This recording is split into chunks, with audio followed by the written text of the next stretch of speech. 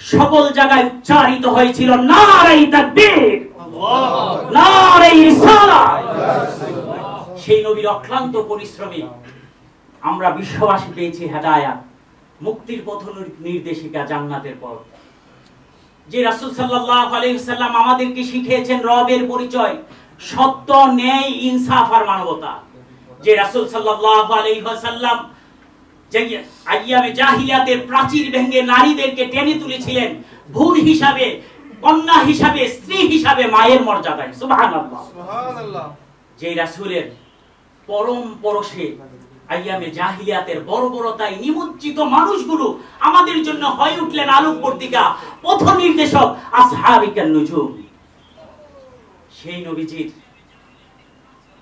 ৪৭তম বংশধর হিসাবে উপমহাদেশে আমাদের জন্য আলোকবর্তিকা হয়ে আসলেন সৈয়দ আহমদ শহীদ বেরলভী রহমতুল্লাহি আলাইহি, যিনি শুধুই মাত্র একজন ব্যক্তি নন, যিনি একটা ইতিহাস, যিনি একটা জাতির পুনর্জাগরণ, সুন্নতি কাফেলার, মুক্তির কাফেলা। ঠিক কিনা বলে?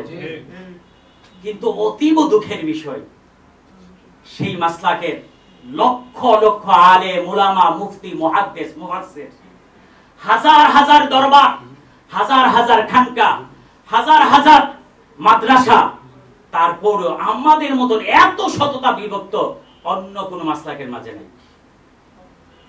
রাগ করতেছেন আমার সাথে?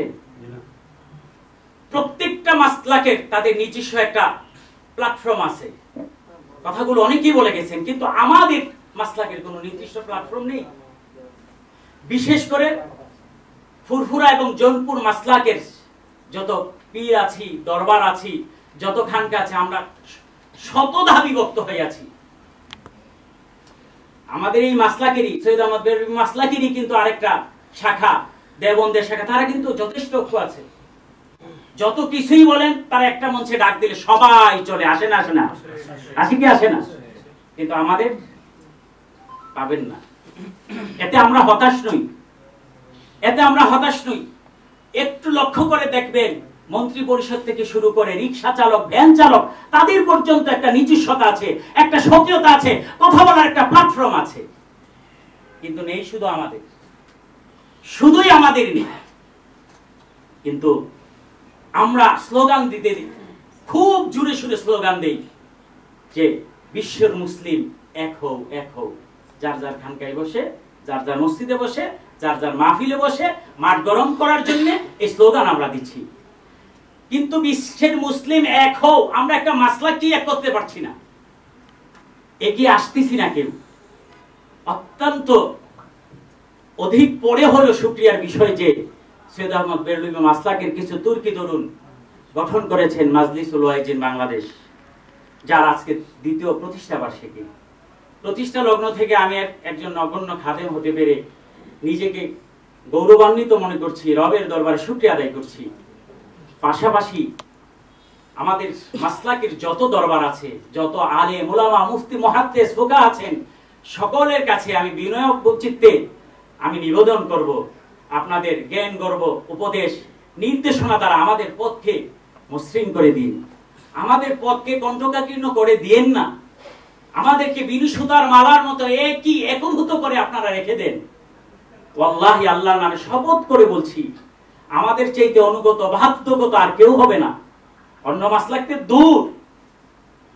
সম্মানিত উপস্থিতি, আমাদের এই মাজলিসুল ওয়াইজিনের মূলনীতি হচ্ছে পাঁচটা মূলনীতির মাঝে দাওয়াত, তালিম, আঞ্জুমান, খেদমতে খালক এবং তাসকিয়াতুন নফস।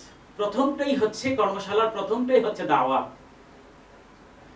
দাওয়াতের দুইটা বিষয়, যেটা আল্লাহ সুবহানাহু ওয়া তাআলা বলে দিয়েছেন, তা'মুরুনা বিল মা'রুফ ওয়া তানহাউনা আনিল মুনকার।